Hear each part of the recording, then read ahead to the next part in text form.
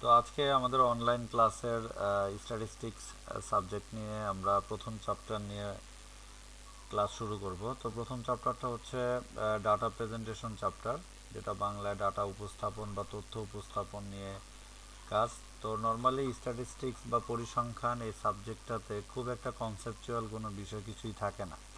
তো জাস্ট আমরা এগুলা আমাদের পরিসংখ্যানের নিয়মগুলো আমরা অ্যাপ্লাই করব এবং সূত্রগুলো অ্যাপ্লাই করে আমরা ম্যাথগুলো উপস্থাপন করব।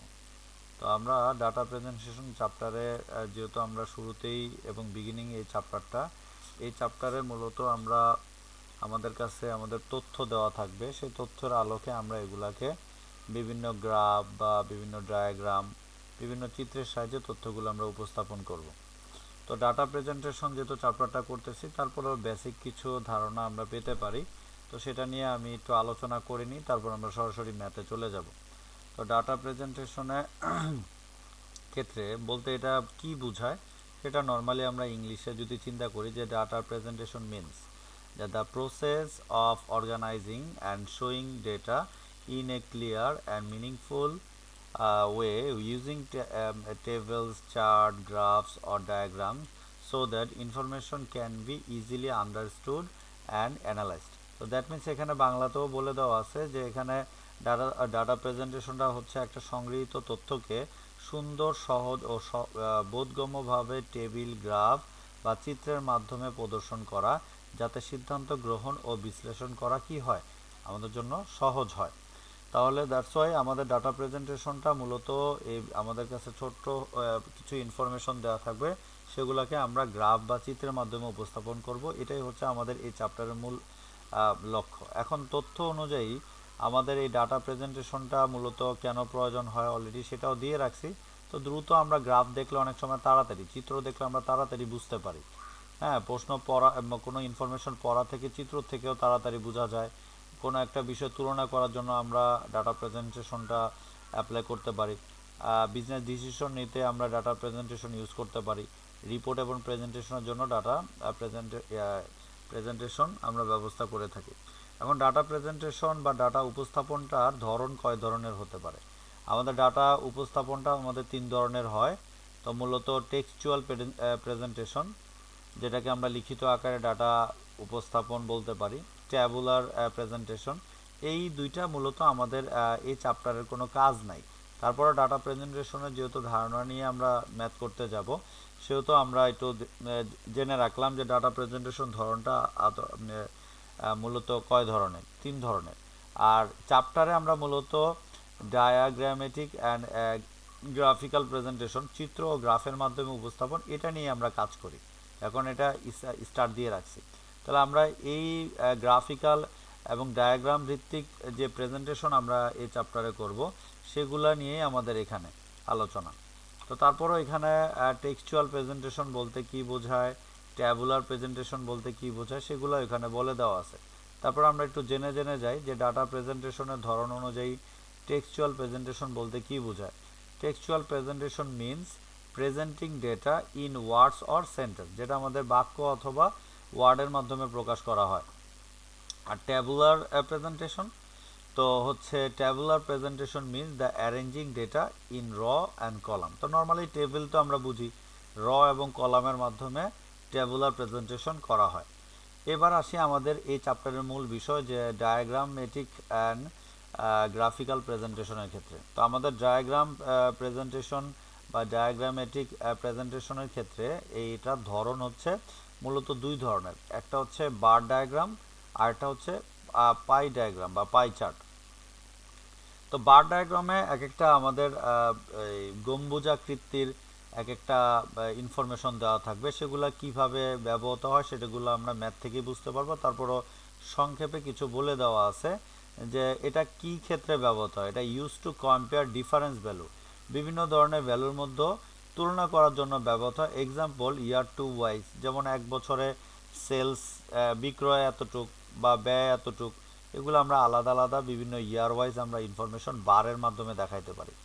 আবার পাই চার্ট হচ্ছে আমাদের একটা বৃত্ত থাকবে, যে বৃত্তর ভিতরে একটা হোল বা এক্সপেন্স ডিস্ট্রিবিউশন, বড় বড় বিশাল প্রজেক্টের যে খরচগুলো থাকে, কোন খাতে কি ধরনের ব্যয় হয়, সেগুলো আমরা পাই চার্টের মাধ্যমে দেখাইতে পারি। যেমন আমরা যদি একটা বিল্ডিং তৈরি করি, সেই বিল্ডিংয়ের লেবার খাতে কতটুক, তারপর হচ্ছে কাঁচামালের ক্ষেত্রে কতটুক, এগুলো আমরা পাই চার্টের মাধ্যমে বিভিন্ন খরচগুলা বা বিভিন্ন ইস্যুগুলো আমরা পাই চার্টের মাধ্যমে দেখাই দিতে পারি। এরপর গ্রাফিক্যাল প্রেজেন্টেশন। গ্রাফিক্যাল প্রেজেন্টেশনের ক্ষেত্রে আমরা মূলত গ্রাফ ইউজ করি। গ্রাফের নির্ধারিত মাপ থাকে বিধে আমরা গ্রাফিক্যালি প্রেজেন্টেশন করে থাকি। তো গ্রাফিক্যাল প্রেজেন্টেশনের ক্ষেত্রে সংক্ষেপে কয়েকটার কথা আমরা বলে রাখছি। গ্রাফিক্যাল প্রেজেন্টেশনে আমরা লাইন গ্রাফ করতে পারি, সময়ের পরিবর্তনের সাথে সাথে এগুলা লাইন গ্রাফে আমরা প্রকাশ করতে পারি। হিস্টোগ্রাম আমরা কন্টিনিউয়াস ফ্রিকোয়েন্সি, মানে আমরা এই চ্যাপ্টারে ফ্রিকোয়েন্সি বা গণসংখ্যা নির্ণয় করি, সেই গণসংখ্যার মাধ্যমে আমরা হিস্টোগ্রাম তৈরি করি। এগুলা হিস্টোগ্রাম, লাইন গ্রাফ, এগুলো এক একটা গ্রাফের নাম। তো আমরা ম্যাথে বা গ্রাফিক্যালি দেখতে গেলে আমরা বিষয়গুলো, কাজগুলো আরও স্পষ্ট আমরা জানতে পারবো। তারপর ফ্রিকোয়েন্সি পলিগন, এটাও আমরা গ্রাফ থেকে আঁকবো। আর ফ্রিকোয়েন্সি পলিগ্রামটা মূলত হিস্টোগ্রাম তৈরির পরে তৈরি করা হয়। তো আমরা হিস্টোগ্রাম আগে আঁকবো, তারপর ফ্রিকোয়েন্সি পলিগন আঁকি। তো এটাও আমরা আজকে শিখবো। অজিব কার্ভ হচ্ছে কিউমিউলেটিভ ফ্রিকোয়েন্সির ইনফরমেশনগুলো আমরা অজিব কার্ভের মাধ্যমে দেখানো হয়। তো এবার আসি আমরা ডাটা প্রেজেন্টেশন চ্যাপ্টারে আমাদের কাছে যেরকম তথ্য দেওয়া থাকে সেই তথ্যের আলোকে আমাদের কি করতে হয়, প্রথমে তথ্য উপস্থাপন করার জন্য কিছু শ্রেণী ব্যবধানের কাজ করতে হয়, যেগুলো আমরা ক্লাস 9-10-এ থাকতে টুকটাক আমরা এগুলো প্র্যাকটিস করছি, বা যারা ইন্টারে থাকতে স্ট্যাটিস্টিক্স নিয়ে পড়াশোনা করছো তাদের ক্ষেত্রে এই ফর্মুলাগুলো ব্যবহৃত হবে। তো এখন এই ফর্মুলাগুলো ব্যবহার যারা করছো তারা হয়তো বা জানো, যেটা বলতেছিলাম। আর যারা নতুন একেবারে পরিসংখ্যান, তারা শ্রেণী ব্যবধান নির্ণয় করতে হয়, সেক্ষেত্রে আমরা ক্লাস ইন্টারভ্যালের সূত্র, এই সূত্রগুলো ইউজ করব। তো এটা কেন ব্যবহার করা হয় আমি একটা প্রশ্ন আগে দেখাইনি, তারপর সূত্রগুলো আমরা বুঝি। কারণ সূত্র তো সরাসরি বুঝলে কেন সূত্রটা ব্যবহার হবে সেটা বোঝার চেষ্টা করি। দেখি আমরা আমাদের প্রশ্নে কি বলছে। এখানে পার্ট বি বা আমাদের প্রবলেম 1-এ কি ইনফরমেশন দিছে, তারপরে আমরা ফর্মুলা দেখতে যাব। তো পার্ট বিতে প্রবলেম 1-এ কি বলছে, যে present the following data of the marks of 40 applicants who were given certain test of purpose of selection to a post। তো তারা একটা পোস্টের জন্য তারা 40 জন অ্যাপ্লিক্যান্টস তারা কি করছে, কিছু তারা টেস্ট পরীক্ষা দিচ্ছে এবং তাদের মার্কসগুলো এখানে দেওয়া আছে। 45, 36, 43, 41, এইভাবে বিভিন্ন মার্কস তারা পাইছে। এই তথ্যগুলা 40 জনের এই তথ্যগুলা থেকে আমাদের কাছে রিকোয়ারমেন্টে চেয়েছে you are required to frequency distribution summary. Frequency বাংলায় বলা হয় গণসংখ্যা। এই যে যেহেতু 40 জন অ্যাপ্লিক্যান্টস, তাদের গণসংখ্যাটা বের করো। তো গণসংখ্যা বের করতে গেলেই আমাদের কি লাগবে, আমাদের ক্লাস ইন্টারভ্যাল, বাংলায় বলা হয় শ্রেণী ব্যবধান। এখন এই শ্রেণী ব্যবধান যেহেতু আমাদের দরকার, আমরা তো আন্তাজি নিতে পারবো না। এখন এই শ্রেণী ব্যবধান নির্ধারণের জন্যই আমাদের ডাটা প্রেজেন্টেশনে কিছু ফর্মুলা দেওয়া আছে, সেই ফর্মুলাগুলো ইউজ করব।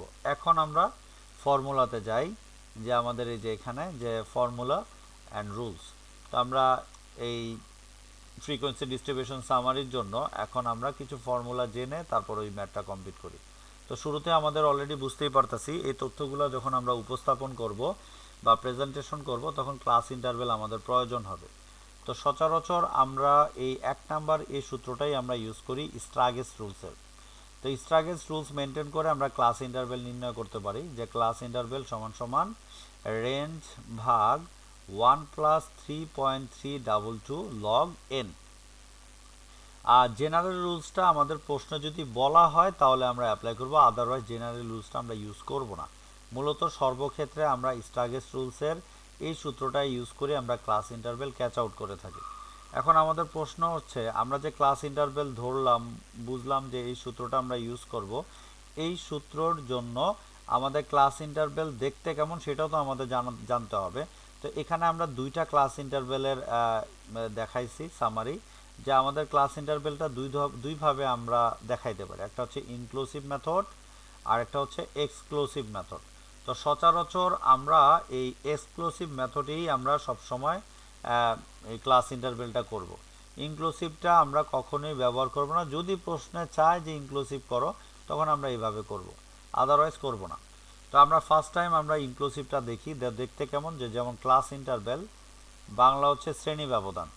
তো এই ক্লাস ইন্টারভ্যালটা কিভাবে হয়, স্টার্ট হয় ধরো যেমন সে ফর এক্সাম্পল 0 থেকে 9, তো এখানে আবার 10 থেকে 19, 20 থেকে 29, 30 থেকে 39। সেম ক্লাস ইন্টারভ্যালটা আমরা যদি এক্সক্লুসিভ মেথডে অ্যাপ্লাই করতে চাই, আচ্ছা এক্সক্লুসিভের ইটা আসে নাই টাইপিংয়ে, হ্যাঁ ই হবে, হ্যাঁ EXCLUSIV, তো ইটা আসে নাই। এখন সেম ক্লাস ইন্টারভ্যালটা কিভাবে দেওয়া আছে 0 থেকে 9, এক্সক্লুসিভে এখানে কি হয় যে 0 থেকে 10 লিখব, আবার 10 থেকে 20 লিখব, ওখানে যেমন 19 ছিল এখানে লিখব কি 10 থেকে 20, আবার 20 থেকে 29, বাট আমরা এখানে লিখব কি 20 থেকে 30, 30 থেকে 39 আমরা এখানে লিখব কি 30 থেকে 40। তো আমরা এই যে ইনক্লুসিভ আর এক্সক্লুসিভের ক্লাস ইন্টারভ্যাল যে ধরন অনুযায়ী আমরা আলাদা দেখাচ্ছি, এটা আমরা বুঝছি কিনা, বিশেষ করে মমিন সাহেব? আচ্ছা, তো ইনক্লুসিভ এক্সক্লুসিভটা আমরা বুঝছি। তো আর ফ্রিকোয়েন্সিগুলো আমাদের প্রশ্ন অনুযায়ী আমরা বের করে নিব, তো এটা কোনো বোঝার কিছুই নাই, এটা আমরা টালি করি। তো টালি আমরা একটু পরে করব, আমরা ক্লাস 9, 10 বা প্রিভিয়াসলি আমরা যারা পরিসংখ্যান করছি টালি যেভাবে করে সেভাবে আমরা করব। আর এখানে কিছু নোটস আছে, এখন আপাতত এই নোটসের বিষয়টা আমাদের প্রয়োজন নাই, আমি এজন্য এটা আলোচনা করতেছি না। তার মানে ক্লাস ইন্টারভ্যাল ক্ষেত্রে আমরা এই স্টাগেস রুলস অ্যাপ্লাই করব, আর কিছু না বললে আমরা এক্সক্লুসিভ মেথডের এই সূত্রটা এই ক্লাস ইন্টারভ্যালের টেবিলটা ব্যবহার করে ম্যাথ করব।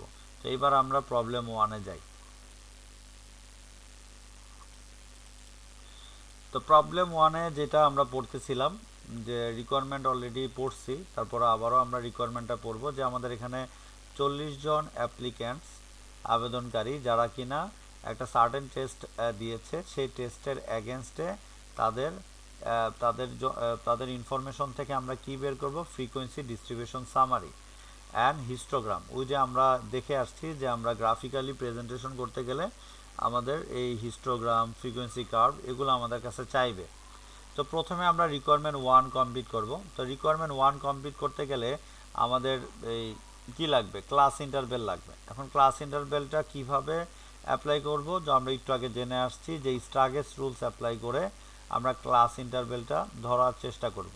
তো সূত্রটা দেখে আসছি যে ক্যালকুলেশন অফ ক্লাস ইন্টারভ্যাল, তো ক্লাস ইন্টারভ্যাল সমান সমান রেঞ্জ ভাগ 1 প্লাস 3.322 লগ এন। তো এখন রেঞ্জ মানে কি, বা রেঞ্জের সূত্র হচ্ছে আমরা জানি যে হাইয়েস্ট ভ্যালু, এই যে এখানে আমরা দেওয়া আছে ডান দিক থেকে, যে হাইয়েস্ট ভ্যালু মাইনাস হচ্ছে কি লোয়েস্ট ভ্যালু। তাহলে আমাদের ফুল ইনফরমেশন থেকে আমাদের সবচেয়ে বড় মানটা হচ্ছে 64, এই যে এখানে 64, তো সেটাই আমরা এখানে নিয়ে আসছি। আবার এখানে সবচেয়ে বড় ছোট মানটা হচ্ছে 32, তো 32টা হচ্ছে এই যে এখানে, এই যে 32, তো এই যে 32টা আমরা মাইনাস করে নিব, তাহলে আমাদের রেঞ্জের পরিমাণটা চলে আসছে 32। তাহলে আমরা এই যে আমরা 32টা আমরা বসালাম, তারপর 1 প্লাস 3.322 লগ এন। তো এখন এন এর মান হচ্ছে 40 অ্যাপ্লিক্যান্ট যেটা আছে সেটা, তো এন এর মান আমরা 40 দিব, আমরা 40 আমরা বসাইছি, এই যে আমরা 40 বসাবো। তারপর আমরা এই মানগুলা বসানোর পর আমরা ফুল অঙ্কের ইনফরমেশনটা যদি আমরা ক্যালকুলেটারে একসাথে অ্যাপ্লাই করি, তাহলে আমাদের মান চলে আসবে 5.06। তো অনেকে ভেঙে করতে চাইলে করতে পারেন, বাট দরকার নেই, আমরা বিবিএতে উঠে গেছি, আমরা মান বসাই দিলে একসাথে ক্যালকুলেটর থেকে মান বের করার চেষ্টা করব। এখন আমাদের তো 5.06 আসলো, কিন্তু এখন কি করব, যে as the class interval is 5.06, so we can take class interval is হচ্ছে কি 5। তো আমরা রাউন্ড নিব, যদি আমাদের এখানে মান যদি চলে আসতো 8 বা অথবা 9, আমরা নিতাম কি 10। যদি আমাদের এই যদি 6ও আসে তাও আমরা 5 নিব, কারণ মোটামুটি 5-এর কাছাকাছি। তো যেহেতু 5.06, আমরা 5 করে শ্রেণী ব্যবধানটা দাঁড় করাবো। তো আমরা 5 করে শ্রেণী ব্যবধানটা ধরবো, যেটা ইংলিশে ক্লাস ইন্টারভেল বলা হয়। এখন শ্রেণী ব্যবধানটা স্টার্ট করব কোথা থেকে, তো স্টার্ট করব আমাদের দেখব যে আমাদের সবচেয়ে ছোট মানটা হচ্ছে 32 এবং সর্বোচ্চ বড় মানটা হচ্ছে কত, 64। তাহলে যার কারণে আমরা এখন কি করব, 30 থেকে শুরু করে দিব, কারণ 32 যেহেতু আছে আমরা 32 ধরবো না, আমরা ধরবো 30। আর কিছু না বললে আমরা জেনে আসছিলাম এক্সক্লুসিভ মেথডে ক্লাস ইন্টারভেল আমরা অ্যাপ্লাই করব। তো এক্সক্লুসিভ মেথডে যদি আমরা ক্লাস ইন্টারভেল অ্যাপ্লাই করি তাহলে আমরা রাউন্ড হবে 30 থেকে 35, 35 থেকে 5 যোগ করলে 40, আবার 40 থেকে 45, 45 থেকে 50, 50 থেকে 55, 55 থেকে 60, আর 60 থেকে হচ্ছে কি 65। এখন আমরা 65 যে থেমে যাব, এই কারণে আমাদের এখানে সর্বোচ্চ মান হচ্ছে 64, এজন্য এই পর্যন্ত যে আমরা থেমে যাব। এখন আমাদের টালির বিষয়টা, এই যে এখানে আমাদের টালি করা আছে, টালি থেকে আমরা এই ফ্রিকোয়েন্সি বা গণসংখ্যাটা বের করে নিয়ে আসবো। তো টালির বিষয় তো আমরা সবাই ছোটোবেলা থেকেই জানি যে টালি কিভাবে করে। একসাথে 4টা দাগ দেওয়ার পরে আমরা পঞ্চম দাগটা আমরা কোনাকুনি করে দাগ দিই। তো যার কারণে এইভাবে এই দাগগুলো দেওয়া আছে। তো আমরা এই দাগগুলো কিভাবে হয় আমরা এই শ্রেণী ব্যবধান অনুযায়ী আমরা ডিসিশন নিব।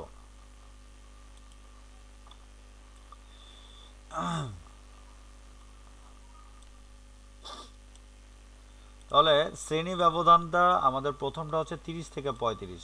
এখন আরেকটা বিষয় তোমাদেরকে ক্লিয়ার করি, ক্লাস ইন্টারভেলের ক্ষেত্রে আলটিমেটলি এক্সক্লুসিভ মেথড যতই আমরা অ্যাপ্লাই করি না কেন, এখানে কিন্তু আমাদের কাউন্ট হবে 30 থেকে 34, আবার পরের টুক হবে 35 থেকে 39। একটু ভালো মতো সবাই মনে রাখো, আর যেহেতু আমি বলে দিচ্ছি রেকর্ড হয়ে যাবে।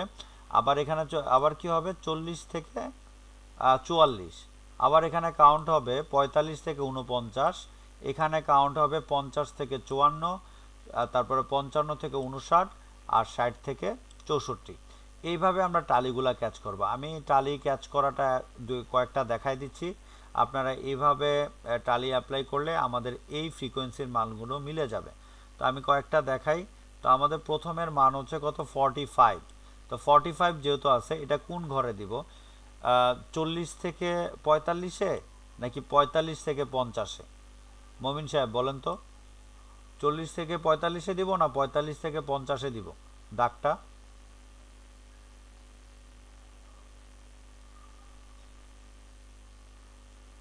আছে নাকি? বুঝলাম না কি বললেন। মানে আমাদের টালি যে আমরা ক্যাচ করব, আমি একটু আগে বলছিলাম যে ক্লাস ইন্টারভেলগুলা 30 থেকে 34, 35 থেকে 39, 40 থেকে 44 হবে, আর 45 থেকে 49 হবে। এখন তুমি বলো এই 45টা কি আমরা 40 থেকে 44-এ দিব না 45 থেকে 50-এ দিব? 45 থেকে 49 যেটা, 50-এ। হ্যাঁ 50-এ। তো হ্যাঁ, 49। হ্যাঁ, কারণ আমাদের কাউন্টিং হবে 49 পর্যন্ত, তো আমরা এইভাবে এখানে একটা দাগ দিয়ে দিব। তো এগুলো তো আমরা জানি যদিও। এরপরে আবার আসি, এরপরে হচ্ছে 36। তো 36 কার মধ্যে আছে? অবশ্যই 35 থেকে 40। তো এখানে আমরা একটা কি দিব, এভাবে একটা দাগ দিয়ে দিব সোজা করে। এরপরে আবার আছে কি 43। তো 43 কার মধ্যে আছে? অবশ্যই 40 থেকে 45-এর মধ্যে। তো যার কারণে আমরা এখানে আরেকটা দাগ দিয়ে দিব। তারপরে আবার আসছে 41। তো 41 হচ্ছে এটাও কি 40 থেকে 45-এর মধ্যে, 44 পর্যন্ত। 45 তো না, আমরা ধরবো কি 44, তাহলে 41 এখানে আরেকটা কি হবে, দাগ হবে। তো এইভাবে আমরা দাগগুলো দেওয়ার পর প্রত্যেকটা আইটেম এখানে 57 আছে, তো এগুলো তো আর সবগুলো ধরার প্রয়োজন নাই, আমরা এইভাবে দাগ দিয়ে ম্যাচ করে নিব। আর আমি তো বলেই দিছি যে 30 থেকে 34, 35 থেকে 39, আবারও বলতেছি 40 থেকে 44, 45 থেকে 49, 50 থেকে 54, আর 55 থেকে 59, আর 60 থেকে 64 পর্যন্ত ধরে এইভাবে দাগ দিয়ে যাব। তো দাগ দিলে এইভাবে দাগগুলা আমরা হওয়ার পর প্রথমটা যেমন 1 আসছে, দ্বিতীয়টা এখানে 5 আর 1 6, 6 জন আছে, এখানে 5 আর 4 হচ্ছে 9 জন, আবার এখানে 5 5 আর হচ্ছে 1 11 জন, এগুলো আমরা যদিও জানি। আবার এখানে 5টা আছে, তো এখানে 5, এখানে 4টা আছে 4, এরপরটা 4। এই যে আমরা ফ্রিকোয়েন্সি টালির যে বিষয়টা, এগুলো তো মোটামুটি মমিন সাহেব এটা তো ক্লিয়ার নাকি? আচ্ছা, তো আমরা ক্লাস ইন্টারভেল এবং টালির বিষয়টা মোটামুটি আমরা বুঝলাম। এখন আমাদের কাছে বলছে যে একটা হিস্টোগ্রাম করে দেখাও। তো যদি আমরা এখন যদি আমরা একটা হিস্টোগ্রাম করি তাহলে আমরা কি কাজ করব? তো আমরা গ্রাফ আঁকতে হবে। তো হিস্টোগ্রাম আঁকতে গেলে আমাদের অলরেডি স্ক্রিনে আমরা দেখতে পাচ্ছি আমাদের এই যে ক্লাস ইন্টারভেল বের করছি, সেই ক্লাস ইন্টারভেলের ইনফরমেশন থেকেই হিস্টোগ্রামটা এখন কমপ্লিট করব। তো হিস্টোগ্রামটা মূলত এক একটা বার চার্টের মতো। তো বার চার্ট বা বারের মতো, এই যে আমরা অলরেডি দেখতে পাচ্ছি যে এখানে কিছু বার দেখা যাচ্ছে। এই যে বার, এই যে একটা বার, এখানে একটা বার, তারপর এখানে আর একটা বার, এখানে আর একটা বার, এখানে একটা বার, এখানে একটা বার, আর এখানে একটা প্রথম বারটা। তো এই বারগুলাকেই আমরা বলি হিস্টোগ্রাম। এখন হিস্টোগ্রামটা যে আঁকবো, আঁকার ক্ষেত্রে আমরা তো ক্লাস ইন্টারভেলগুলো বের করছি। তো এই ক্লাস ইন্টারভেলগুলাই আমরা নিচের দিকে দিব, এই যে ক্লাস ইন্টারভেল নিচে দিব। আর এখানে আমরা বের করছি কি ফ্রিকোয়েন্সিগুলো বের করছি। উপরের দিকে আমরা ও ওয়াই অক্ষে, যে ও ওয়াই অক্ষে আমরা কি দিব, ফ্রিকোয়েন্সিগুলো, এই যে ফ্রিকোয়েন্সিগুলো আমরা দিব। তো আমরা নিচে ক্লাস ইন্টারভেল দিব। আমাদের স্টার্ট হয়েছে 30 থেকে এবং আমাদের শেষ হয়েছে 65 পর্যন্ত। তো যার কারণে আমরা এখানে কি করছি, যে এখানে 30, তারপরে 35, এখানে প্রত্যেকটা 5 ঘর পর্যন্ত, মানে 5 ঘরে, এই যে এখানে প্রতিটা ঘর 5 করে আগাইছে। যে ছোট ছোট করে আমাদের এই যে ছোট ছোট যে বর্গগুলো, এগুলো আমরা গ্রাফিক্যালি ছোট করে এইভাবে দেখাই, এগুলো 5টা করে আগাইছে। তো এই যে 5টা ঘর পর, তারপরে একই রকমভাবে 35-এর পর এখানে 40, 5 ঘর পর, তারপর হচ্ছে 45। তার মানে প্রতি ছোট ছোট ঘরে 1 স্মল স্কোয়ার। এই যে এখানে আমরা এই গ্রাফের ডিটেলসটা আমরা সংক্ষেপে লিখে দিই নিয়ম অনুযায়ী। অনেকে লেখে না, বাট আমরা লিখি। তো লিখে দিব, চেষ্টা করব। যা আমরা ও এক্স অ্যাক্সিসে আমরা ক্লাস ইন্টারভেল দেখাইছি সেটা লিখব। পাশাপাশি এই যে ছোট ছোট ঘরগুলো, এই যে ছোট ঘরটা আমরা ধরছি, এটাকে বলা হয় 1 স্মল স্কোয়ার।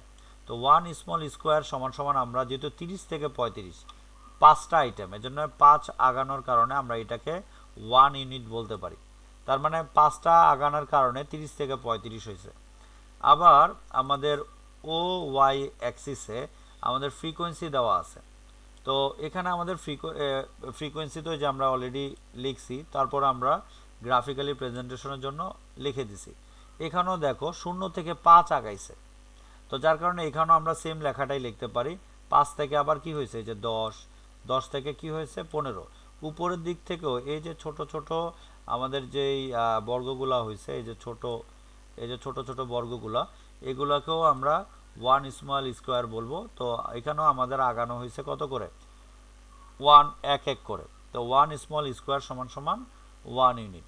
তাহলে এখানে 5, 10, 15, 20, 25 পর্যন্ত দিলাম, কিন্তু আমাদের বেশি বড় মান নাই, আমাদের সর্বোচ্চ মান হচ্ছে 11।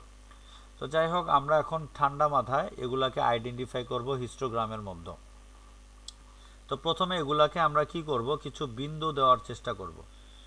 তো বিন্দু দিলে আমরা একটু কালারটা চেঞ্জ করে নিতে পারি।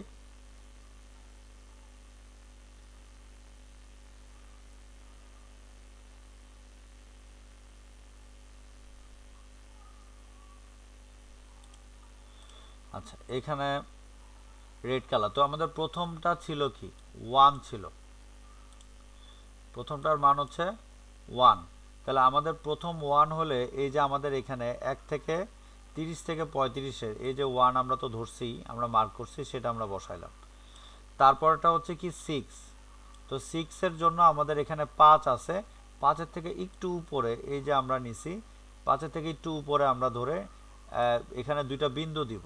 নিয়ম হচ্ছে আমাদের এখানে কি দিতে হবে, এরকম গোল করে কি কি একটা বিন্দু দিব, আবার এখানেও একটা কি দেব, মোটা করে বিন্দু দিব। 2 বিন্দু দেওয়ার পরে আমরা স্কেল দিয়ে এগুলা যোগ করে দিব। একই রকমভাবে এরপর হচ্ছে 9, তার মানে 10 থেকে একটু নিচে, এই যে এখানে একটা গোল বৃত্ত দিব, এখানেও আমরা একটু গোল করে বৃত্ত দিয়ে আমরা কি করব, স্কেল দিয়ে যোগ করে দিব। আমার তো এর আগেরগুলো মাপ রেক্টেঙ্গুলার আছে, কার্সর আছে, এই জন্য পেরে হয়ে গেছে। এরপরটা হচ্ছে কত, 5, 11। তো 11 হলে আমরা এই যে এখানেও আমরা বিন্দু দিব, এখানেও দুইটা বিন্দু দিব 10-এর একটু উপরে, তো দেওয়ার পরে আমরা এগুলো স্কেল দিয়ে যোগ করে দিলেই আমাদের এক একটা বার হয়ে যাবে। তারপরে 5, তো 5 তো আমাদের দেওয়ায় এই বর্গের ভিতরে দেওয়াই আছে। তারপর হচ্ছে দুইটা 4, এইভাবে এখানে একটা বৃত্ত, এখানে একটা বৃত্ত দিয়ে এগুলা দিয়ে যোগ করে দিলেই হবে। আর এখানে কারো মন চায় যে না আমি একটু স্টাইলিশ করব, একটু দাগ দিয়ে নিতে পারো। তো এইভাবে আমাদের এই যে গ্রাফটা আমরা আঁকলাম এটা হচ্ছে হিস্টোগ্রাম। তো এইভাবে আমরা দেখাই দিতে পারি। তার মানে বারের মাধ্যমে আমাদের যে তথ্যগুলো আছে আমরা দেখাবো, সে এই ছোট ছোট বারের মাধ্যমে সেগুলোকে আমরা কি বলবো, হিস্টোগ্রাম।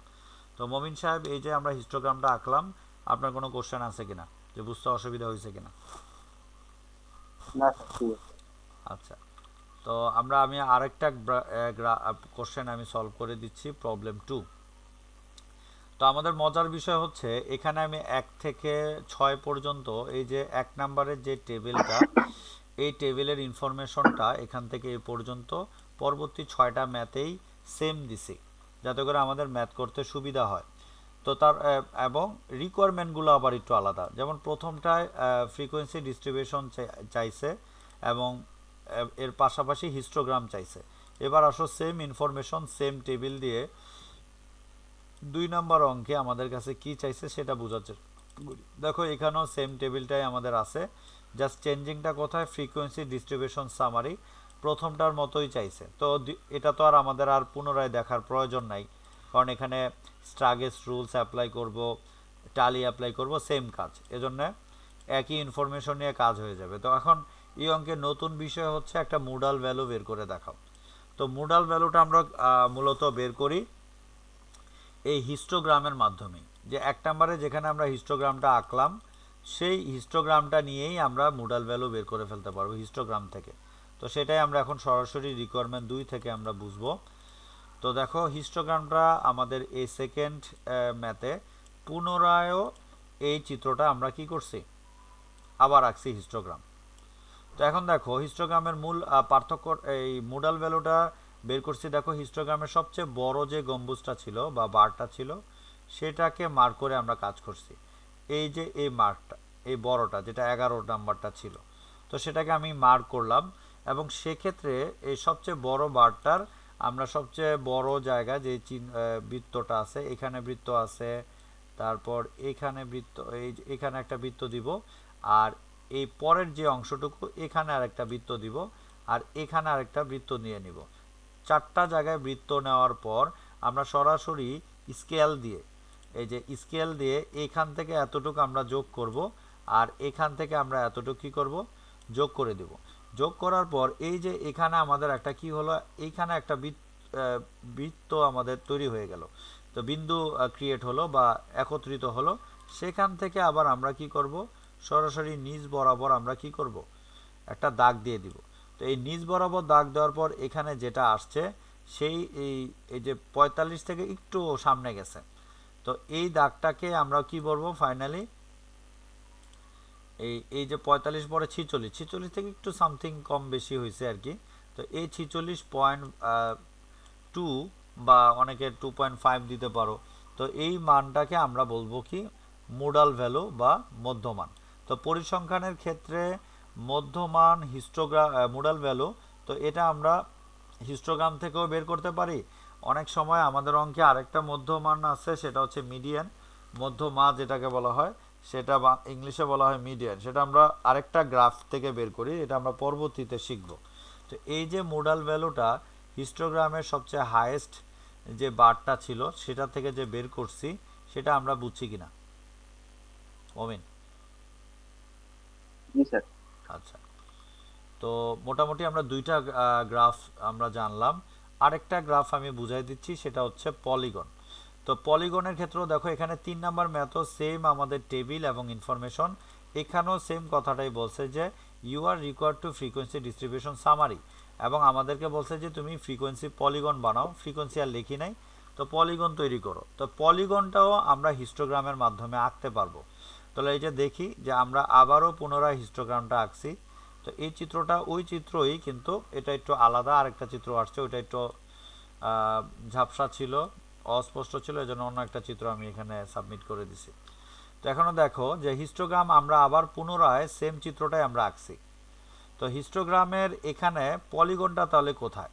পলিগনটা হচ্ছে প্রত্যেকটা বারের মাঝে, এই যে প্রত্যেকটা বারের মাঝ বরাবর বা আড়াই বরাবর এই জায়গায় আমরা এক একটা করে কি নিব, বৃত্ত দিব সেম হিস্টোগ্রামের মাঝে।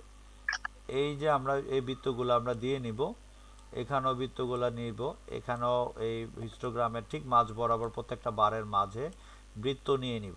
তো বৃত্ত নিয়ে হিস্টোগ্রাম থেকে এভাবে জিট জিট জিট দিয়ে, যাই হোক আমার মাউস একটু সরে গেছে, তো ঠিক এভাবে এটাকে আমরা স্কেল দিয়ে যোগ করব, ফ্রি হ্যান্ডে না, স্কেল দিয়ে যোগ করব। এই যে এখানে স্কেল দিয়ে এক একটা যোগ করে ফেলবো, এখান থেকে এতটুক, তারপর এখান থেকে এতটুক, তারপর এখান থেকে এতটুক, স্কেল দিয়ে প্রত্যেকটা আমরা যোগ করব। এই যে যোগ করতেছে, এই যেই যোগ করে করে যে দাগটা আমাদের বা যে রেখাটা তৈরি হচ্ছে, এই রেখাটাকে আমরা বলবো ফ্রিকোয়েন্সি পলিগন। তো আমরা এইটাকে আমরা কি বলি, পলিগন বলবো। তো এটা গ্রাফিক্যালি ফ্রিকোয়েন্সি পলিগন যদি আমাদের আঁকতে বলে, তো এই যে পলিগন একটু ঝাপসা হয়েছে, আশা করি আমরা বাসায় চেষ্টা করলেই পারবো। তো পলিগনটা আমরা মেবি বুঝতে পারছি। জি স্যার। আচ্ছা, তো আজকে আর আমি বেশি কিছু বাড়ির কাজ বা তোমাদের হোমওয়ার্ক দিচ্ছি না, তোমরা বাসায় এগুলা চর্চা করো। আর যারা নতুন স্টুডেন্ট যারা আসো তাদের উদ্দেশ্যে বলতেছি, এই 3টা ম্যাথ তোমরা বাড়ির কাজ করো। নেক্সট ক্লাসে কোনো কোশ্চেন থাকলে আমাকে কোশ্চেন করবা। আর যারা নতুন আসো, আমাদের কোচিংয়ে অনলাইনে অ্যাডমিশন নিবা, আমার নাম্বারে যোগাযোগ করতে পারো, অথবা আমাদের অফলাইন স্টুডেন্টে তোমাদের যারা ফ্রেন্ড আছে তাদের মাধ্যমে আমার সাথে যোগাযোগ করে তোমরা আমাকে ইনফর্ম করো যে তোমরা কারা কারা কন্টিনিউ করবা, তো আমাকে জানিয়ে দিও। আর প্রশ্নগুলো অবশ্যই বাসায় নোট করে ফেললো। প্রশ্ন থাকলে নেক্সট ক্লাসে আমাকে পার্সোনালি কোশ্চেন করে আমি অ্যান্সার দিয়ে দিব। তো আজকে 1 থেকে 3 পর্যন্ত তোমাদের হোমওয়ার্ক এবং এগুলার অ্যান্সারগুলো আমি গ্রুপে, তোমাদের মেসেঞ্জার গ্রুপে, হোয়াটসঅ্যাপ গ্রুপে দিয়ে দিব না, তোমরা প্র্যাকটিস করে নিও। তো আজকে এই পর্যন্তই, সবাই ভালো থেকো, আল্লাহ হাফেজ।